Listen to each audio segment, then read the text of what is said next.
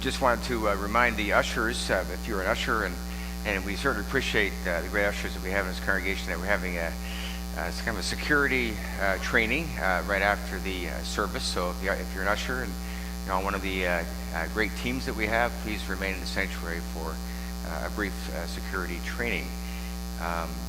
We also, if you didn't see some of the names printed in your bulletin, just so you know who's doing what, Brahman Fees delivered the children's sermon today, and the Gabriella, who just read scripture, and along with her sister Amelia reading were our other scripture readers in addition to Lacey Robinson. Now, in light of the weather conditions out east, I think it relevant to share what one marquee in front of one church actually read: "Whoever is praying for snow, please stop." As we continue our exploration of the remarkable Gospel of Mark, the stories get even better and better and more dramatic, as we heard today about the man possessed by all kinds of demons and problems, pushing him to the point where nobody in this community has any idea as to what to do with him. He seems to be keeping his home among tombstones, which some commentators say are tombs of Roman soldiers, because the area in which Jesus is now is primarily a non-Jewish territory. Maybe that's why the man with so many conflicting and tormenting spirits referred to himself as Legion, a Roman military term denoting about 5,000 or 6,000 troops. And so it seemed to himself, when Jesus asked him his name, and he replied, "My name is Legion, for we are many," how greatly troubled and distressed he was over the legion of voices that were driving him over the brink. Now, there are many more nuances to this story than meets the eye. The gospel writer John Mark, in reporting Jesus' extraction of yet another unclean spirit, in this case many unclean spirits, might also be taking a swipe at the Romans, because there was a deep Jewish hatred for their occupiers and oppressors. The scriptures tell us that the unclean spirits were begging Jesus to not only pull themselves out of the man, but transfer these same unclean spirits into a herd of swine, which the Jews considered to be untouchable and unclean food, then drive them down a steep bank where they'd be thrown into the sea and drowned. A reminder of what the Lord did to the Egyptian army at the Red Sea under Moses' leadership. Now, it's not exactly your kumbaya moment of love and mercy and forgiveness as we come to expect in the New Testament, but perhaps emblematic of many of the Jews' exasperation and desperation with their current conditions. Another interpretation of the herd of swine is the demon-like, herd-like character that can find its way, as we have seen before, into groups or into organizations or even into nations, and can easily result in self-destruction. The most modern-day notorious example is Nazi Germany, when you have a whole nation, in this case, running down a steep bank to eventual self-destruction with only a small minority willing to speak out against the madness. Who would have ever guessed that such a civilized nation, with a history of some of the greatest playwrights and musicians and statesmen and theologians and industrialists, would have come to this? But for our purposes this morning, Jesus continues his remarkable healing and his capacity for stirring up things in the community in which he spends some time. Not only is the disdain for Rome implicated in this passage, but paradoxically, apprehension by some that Jesus is upsetting that delicate balance between Rome and its conquered people. Some may have worried that any alignment with Jesus may jeopardize their own security. Some perhaps even thought that the man with the unclean spirits had always been around, that he was always being taken care of, that he was always a part of the territory. So why heal him if it's going to create some problems with the authorities and the Romans? Therefore, the 17th verse, they began to beg Jesus to get out of the neighborhood. First 5 chapters of Mark are replete with Jesus' bold challenges to those in authority, his unbelievable and his remarkable acts of healing, his upsetting the balance of power enough to stir worry and concern about any kind of identification with Jesus, and finally anxiety about the radical and rapid changes he was proposing for society. Reza Aslan, in his book Zealot, shared with me a while ago by Way Redina, which I mentioned before. He writes in his book, Jesus' authority was not that of bookish scholars and the priestly aristocracy. Their authority came from their intimate connection to the temple. The difference was that Jesus' authority came directly from God. Indeed, the moment that he entered into the synagogue, Jesus went out of his way to set himself in direct opposition to the guardians of the temple and the Jewish faith by challenging their authority as God's representatives on earth. Back to the man who called himself Legion. My name is Legion, for we are many. Many of what? Evil spirits, sins, regrets, or how about the many scrambled and conflicted signals coming into my mind about who I really am in life? The story of Legion and the many spirits that are driving him into a permanent state of disarray turns out to be a parable for us today, as does the swine driven down the hill and right into the sea.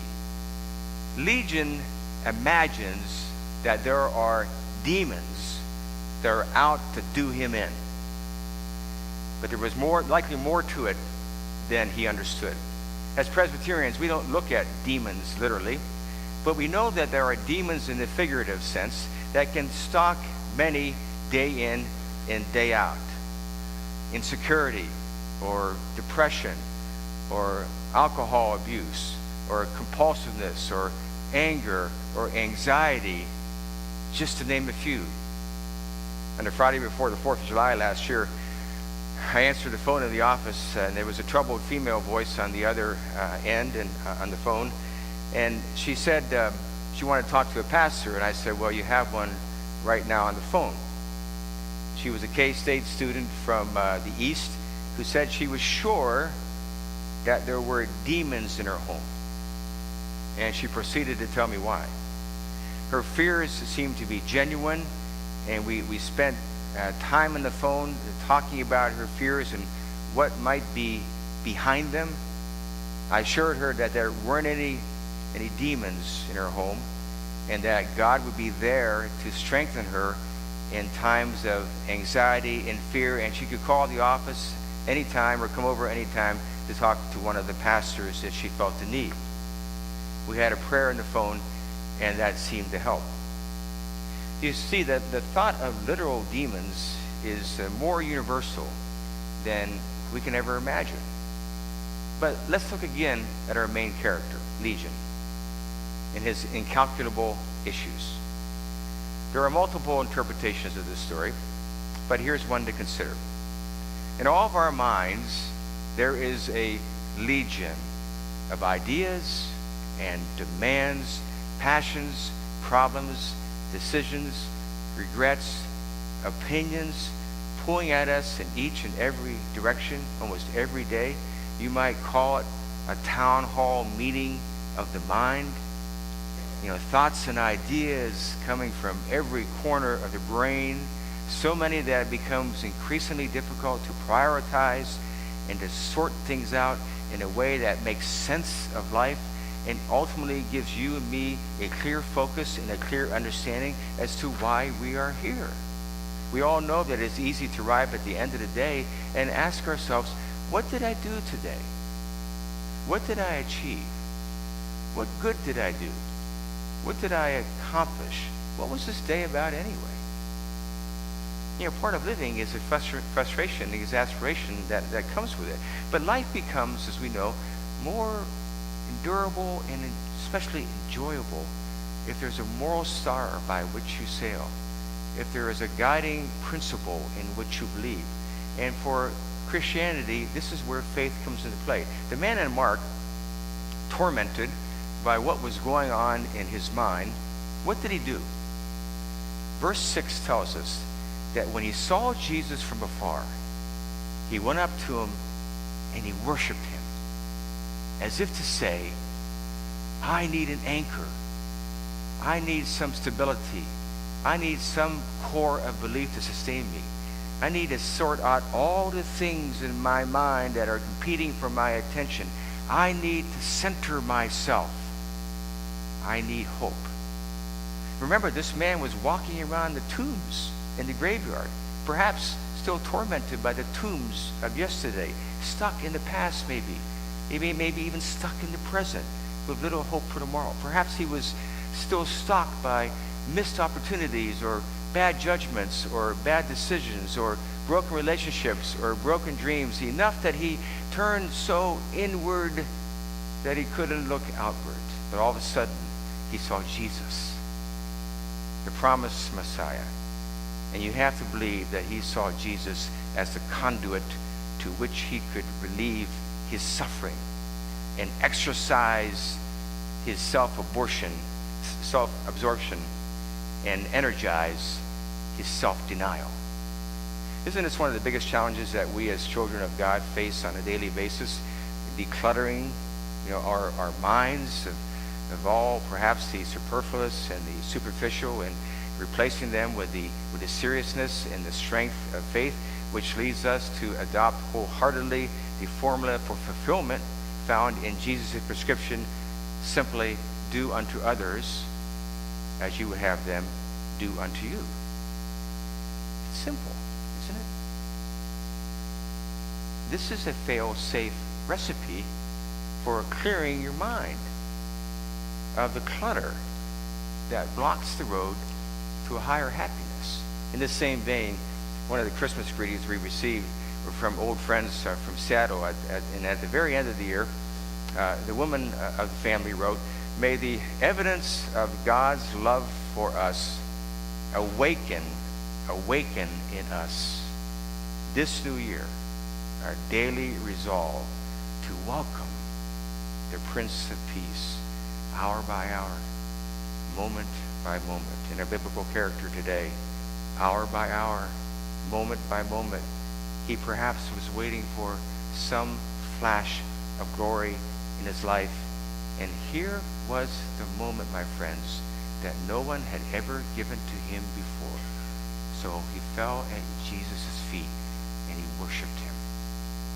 This same flash of glory can come to you and me when we are feeling the demons of distraction, the demons of anxiety, the demons of apathy, the demons of disinterest in a greater cause of life, or the demons of distress and disappointment when life sometimes seems so overwhelming, the demons of terrible, terrible sadness and anxiety. When we welcome the Prince of Peace into our lives, life changes.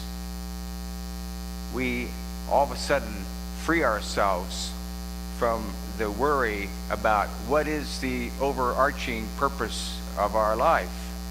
And therefore, we release a lot of anxiety. It becomes the winner, the indisputable winner in a boxing match that might be going on in your own mind. Shortly after the Watergate scandal in the 1970s, and when our president and many of his advisors were forced to resign, one of them, Charles Colson, who after his imprisonment for obstruction of justice, went on to establish a significant Christian prison ministry called Prison Fellowship. But not before he heard words from a good friend of his that would change his life. His friend, Tom Phillips, then president of Raytheon Corporation, had accepted Christ at a Billy Graham crusade. He said to his friend, Charles Colson, who was battling countless demons during the political crisis, he said, "I would go to the office each day and I would do my job. And I would strive all the time to make my company succeed. But there was a big hole in my life. I got to the point where I didn't think my life was worth anything. Now I have committed my life to him. Everything has changed. My attitude, my values, everything. You see how Christ can clarify the legion of things pulling at you in each and every direction? How Christ can crystallize your purpose? How Christ can elevate the smallest things that you do on a daily basis to a higher level of meaning? Several years ago, when I was reading a particular issue of a national newspaper, I came across an obituary of a young man, 19 years of age, named Parker, who had just graduated from an Eastern prep school. He died tragically in a car accident while vacationing in Montana, just before he was to leave for his first semester at Gettysburg College in Gettysburg, Pennsylvania. Even though I did not know the young man nor his family, I was still gripped by the deep sorrow they must have been feeling, as families in our own congregation have experienced that same deep sorrow. The obituary said that Parker was an honors student, he was a squash player, he was a golfer. It also said that he was an avid outdoorsman and he was a fly fisherman. He enjoyed scuba diving trips with his family and friends, and added that he had a very strong work ethic and he was very engaging. But what stood out most prominently in his obituary to me was not just his achievements and his accomplishments, but what Parker thought of others. The family made sure to note that above everything else, Parker had a warm smile, he was personable, he was respectful, considerate. He made sure those around him felt loved and felt appreciated. And at the very end of the obituary, the family said that Parker leaves a rich legacy of warm friendships and selfless contributions to the families he knew and the communities in which he lived. Selfless contributions. Isn't this what it's all about? That in our selflessness, we discover life, and in our selflessness, we engage and we enrich others, and we forget about ourselves, at least for a while. And we get there by discovering Christ, who was, as Bonhoeffer said, a man for others.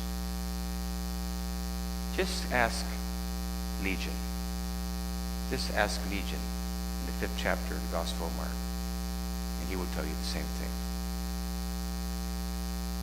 The words of my mouth and meditations of our hearts be acceptable unto thy sight, O Lord, our rock and our Redeemer.